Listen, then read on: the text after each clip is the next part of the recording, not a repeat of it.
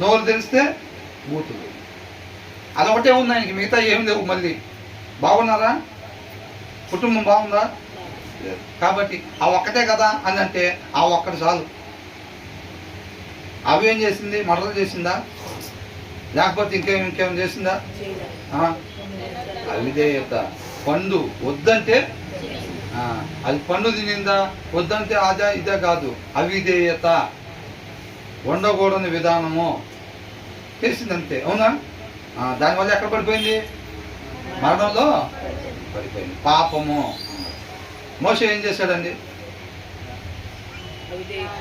మాట్లాడమంటే బండతో మాట్లాడు నీళ్ళు ఇచ్చిద్దంటే ఏం చేశాడు? కర్ర తీసుకొని కొట్టాడు. అది కూడా తప్పేనండి. దాని ముందు ఒకసారి కొట్టమన్నారు కదా, సరే ఇక్కడ ఏదో మాట్లాడమంటే కొట్టా, దానికే అని అంటే దేవుడు ఏమన్నాడు? అది చిన్నదా పెద్దదా కాదు, దావీదైనా శిక్ష అనుభవించాల్సింది, పెద్దదైనా నువ్వు చిన్నదనుకుంటున్నావు నీ దృష్టిలో. అవిధేయత. అవునా? చిన్నదైనా సరే శిక్ష. పార్షాలిటీ ఉందా? నా ఇంటి మొత్తంలో నమ్మకస్తుడు అన్నాడు. చిన్న తేడా జరిగితే నువ్వు వెళ్ళటానికి వీల్లేదన్నాడు. నువ్వు వెళ్ళటానికి వీల్లేదన్నాడు. అవునా కదా?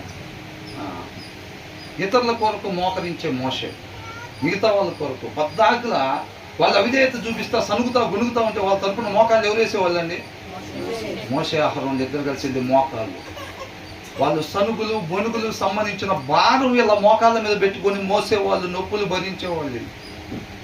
అలాంటి వాళ్ళు తప్పులు చేసినా సరే రేపు ఆయనతో పాటు ఉండాలంటే అలా ఉండాలి. అర్థమవుతుందండి?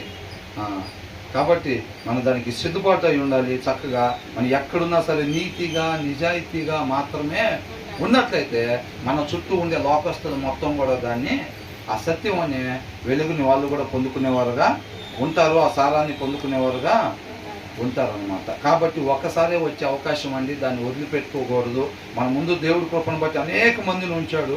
వాళ్ళు ఎలాగ సమయాన్ని సద్వినియోగం చేసుకున్నారు. అనేక మంది భక్తులు ఎలాగ సమయాన్ని సద్వినియోగం చేసుకొని సృష్టికర్తను మహింపరిచారు మనం చూస్తూ ఉన్నాం, నేర్చుకుంటూ ఉన్నాం.